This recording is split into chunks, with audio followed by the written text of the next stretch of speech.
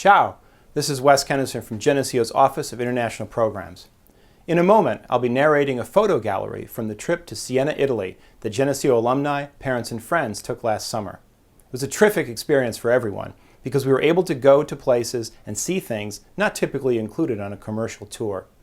We already are planning next year's trip to Siena, July 30th through August 10th, which my wife and I will be hosting again with support from the Alumni Relations Office. Interest level is high for the trip, and I encourage you to sign up early if you're planning on going with us. Information is available through the contact points on your screen. Now let's relive last year's adventure through photos taken by those who were there. So glad you could join us on this pilgrimage to Tuscany. Some of you may remember Professor Rose Allant, some number of years ago, one of the great faculty members at our college. She used to take alumni and townspeople and faculty on a trip to Europe every summer. And alas, when she passed away, that tradition seemed to end. Well, we started it up again this year in honor of Rose and in honor of a long-standing friendship that we have with Tuscany. The trip had a particular concept, a particular idea attached to it. That is to say, we didn't want to go out and compete with the tourism industry. We wanted to do something that we could especially do as a learning community here at Geneseo. One thing you may not know about Geneseo is that over the years we have developed friendships with communities throughout the world. And one of those places is Siena in Tuscany.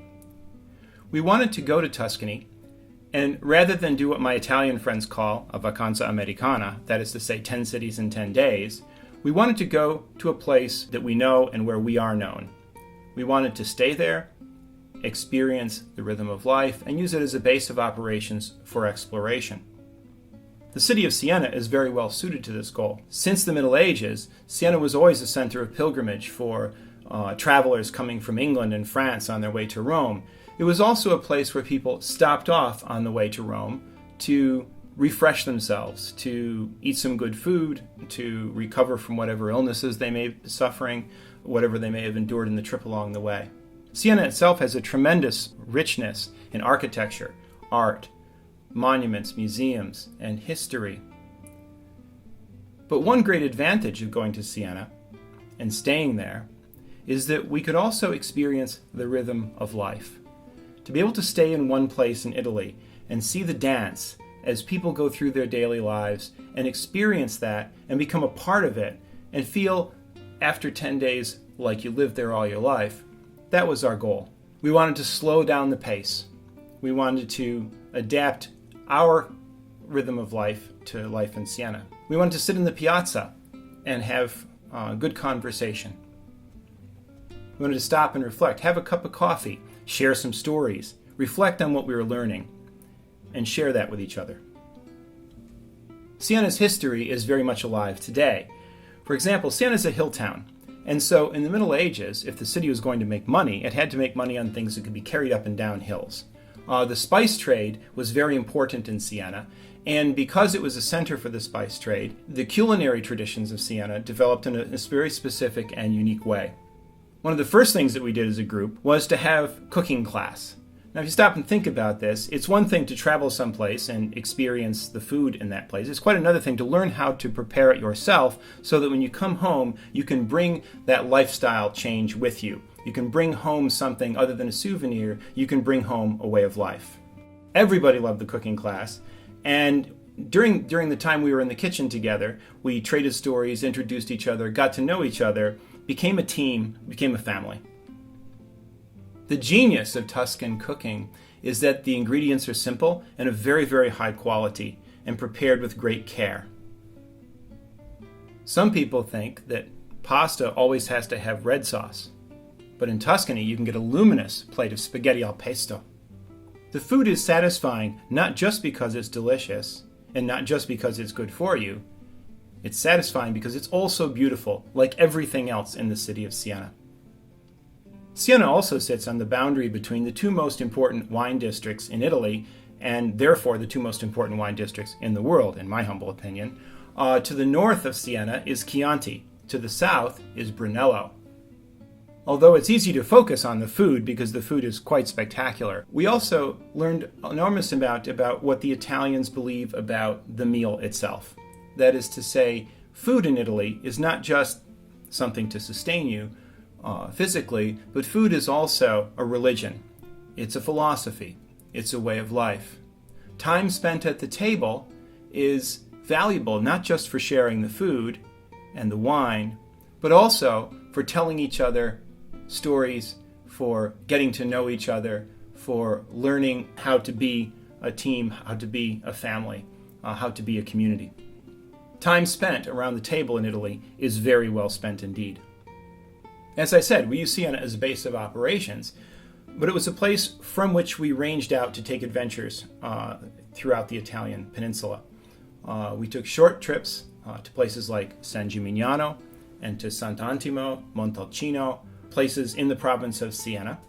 We went to Florence. We also had a free day when people could opt to take adventures of their own, and we helped people to set those up. Folks that day visited places like Assisi, Lucca, and Venice. As a group, we ended our journey in Rome, just like the medieval pilgrims. We also took excursions into the countryside. We got off the tourist track, out into the back roads, to experience the countryside and the rural way of life. One really great feature of the trip, made possible by the fact that SUNY Geneseo is a great community of learning, is that we were able to introduce some intellectual content into the trip. At first, folks were a little concerned that there might be exams, but we reassured them there wouldn't be. It was actually a great joy to watch our alumni remember how much fun it was to be in class. Professor Rob Doggett of the English department joined us and shared some thoughts on a very important question. He talked about why the poets of England went to Italy to write love poetry. His answer is surprising and really fascinating. I'm not going to give away the secret. You have to come on the trip to find out. It was also very important that we learn and become familiar with the unique history and traditions of Siena itself. Siena has a particular identity within Italy, a particular set of characteristics that the Italians would describe as being Sienese. My wife Lynn, who works in Siena every summer for the National Endowment for the Humanities, has a practical knowledge of the city and many connections and relationships, and opening that to our pilgrims was an added dimension, certainly that could not be provided on a typical tourist experience. One of the most distinctive features of life in Siena is life in the contrada. The city is divided into 17 different neighborhoods, which the Sienese call contrade, and every neighborhood has its own identity, its own colors, its own history, its own animal symbol, its own songs, its own calendar of events during the course of the year. When tourists arrive in Siena for a few hours and move on, they don't get to see much of life in Contrada. So we were able to use Geneseo's long-standing ties to the Contrade of Siena, and we were able to get a taste of life inside the Contrada. For those interested in archaeology, we were able to go beneath the city and explore archaeological discoveries that reveal interesting facts about Siena's history, but also help us to understand how Siena became the place that it is today. Dr. Ronald Herzman took us on a tour of Dante's Siena, walking through the city, making note of those particular features and artworks which bring Dante's poem to life. Dr. Bill Cook led us on several adventures in discovering medieval Tuscany in San Gimignano and in Florence. We also explored secret passages that the public usually can't get to. We took a tour of the Uffizi Museum on the day that it's closed, and we passed over the top of the Ponte Vecchio through the Vasarian corridors. Like the pilgrims of the Middle Ages, our trip wasn't just about a vacation. It wasn't just about taking some pictures and tasting some food. It was about forming new friendships and a new family and rediscovering what it means many years after graduation to be a Geneseo alum. Every moment was a new adventure in exploring the place we were and the people with whom we traveled. It was a fast 10 days, but we took home more than photographs and recipes and great stories to tell our families. It was a time for us to think about Siena, its unique characteristics and qualities, and how the friendship with Siena has helped make Geneseo a more interesting place. We also learned how important Geneseo is to Siena, as we encountered folks there who know us and have known us for many years. But most importantly, the trip allowed a group of folks, most of whom didn't know each other before they left, to share an experience that pays itself forward in our lives. The friendships that were formed continue to thrive as folks trade recipes and stories and photographs and remember our time in Siena. As you can see, last year's visit to Siena was a huge success, and this summer's trip is shaping up to be the same. I hope you will join us for this unique experience. This is Wes Kennison. Thank you for watching.